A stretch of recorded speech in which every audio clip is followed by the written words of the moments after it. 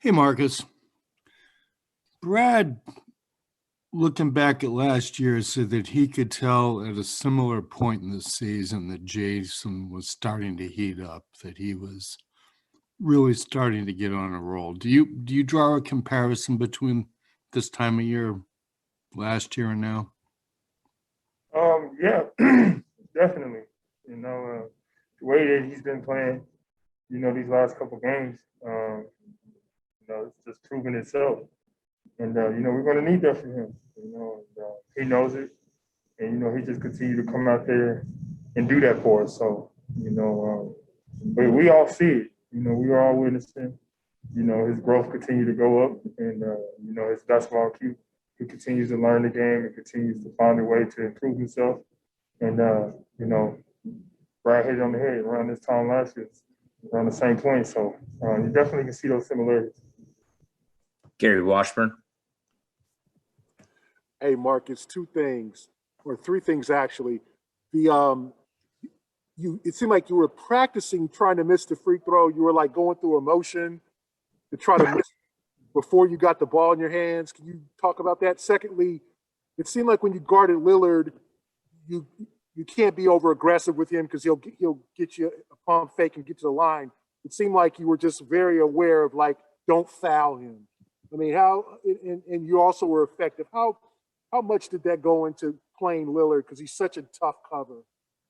To answer your first question, yeah, I was put in that similar spot too long ago, and I nothing but the backboard. So, I just wanted to make sure I could hit the rim. So, I practiced the shot and did it perfectly and bounced the way we needed it to. And, Jayson and Kimber did a good job of, not falling asleep and staying up and pressing and knowing, the game. They had no timeout, so a miss there was definitely needed for them to go full length of the court. So they did a good job there. But I definitely was practicing on that shot. And with Dame, he's such a great player.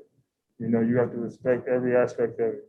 His ability to get to the line, his ability to shoot the ball with range, his ability to get to the cup. And you just got to stay solid. He's going to hit some of those tough shots.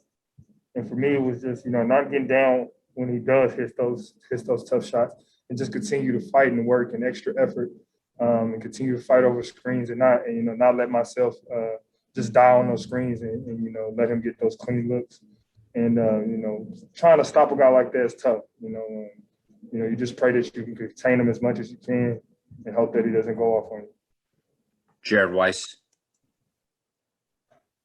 Speaking of that, you had a play in the second quarter where it looked like you were trying to funnel Dame towards the middle, and I think you thought Rob was behind you as you pointed before the play that had him behind you. And he got by, and you looked like you kind of put your hand in your head and then raised your hand to take accountability for it. How do you feel like the team is taking accountability now for defensive mistakes and communicating to try to fix those? I think you can see it. I think, you can see the difference. We're all holding each other accountable. Everybody on both ends of the floor, just trying to play the basketball the right way. You know what I mean? Give ourselves a chance. It comes down to defense. We're not going to always score the ball very well every night. So you got to be able to go down and get some stops, especially in the crunch time. So for us to be able to hold each other accountable, and it starts with me being, the defensive leader on this team, being one of the leaders on this team. If guys see me holding my own self accountable, then this should be no excuse for anybody else. Mark D'Amico. Hey, Marcus, obviously you missed some time earlier this season. Feels like some people might have forgotten how great of a defender you are after missing that time. You feel like you're in the process, the same as the team, kind of returning to the way that you guys used to play, but you feel like you're in the process of restating to the league just how great you can be defensively?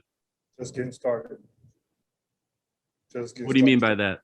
Just getting started to getting back to where I was, improving people and letting people know, not to forget, who I am on that defensive end and what I do, being, a two-time defensive, first teamer. So, I've heard it. I heard, the talks about me not being able to, the injury probably affected me. I lost a step, all kinds of things, and it is what it is. I know what I can do. My teammates know what I can do. The league knows what I can do. And, that's just extra motivation for me to go out there and prove it. John Kraus. Yeah, along those similar lines, the going back to the Pelicans game, you had a rough game against New Orleans. Was there a moment after that game where you said something to yourself, maybe refocused? Because since that game, you've been more yourself. Just to go out there and be me. I know I'm a great player, and just go out there and continue to be that great player.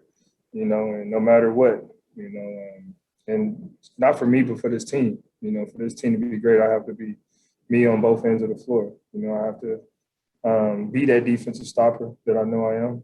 I have to be that floor general on the offensive end. I have to take those open shots, make those open shots, and be able to create for others and knock down and make plays. So for me to be that and do that, it's only going to help this team. Final question for Marcus, Mario Gamboa. Sorry there. Hello, Marcus.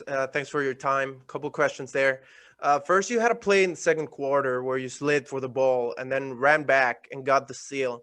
The first one is, are your teammates worried that the Red Sox might have their eyes on you? And also, seriously, could you comment on how are the team spirits now that you have won more than a couple games in a row? No, I don't think my team's too worried about the Red Sox picking me up. Although they continue to tell me that I continue to outdo myself every game. So that's a good sign. But, I think our spirit is where everybody else was winning 4 games. We're not excited. We're not complacent. We're not content with it. You know what I'm saying? It's a start, beginning of what we know we have to do because we dug ourselves a hole. And, we have to continue to fight. But it's encouraging. We use that momentum to build off and on to the next game and try to bring that same energy, each game with these wins to the next game. And that's really our spirit. We're not too high on the highs and we're not too low on the lows. All right, we'll wrap it up right there. Thanks, Thank you. Marcus.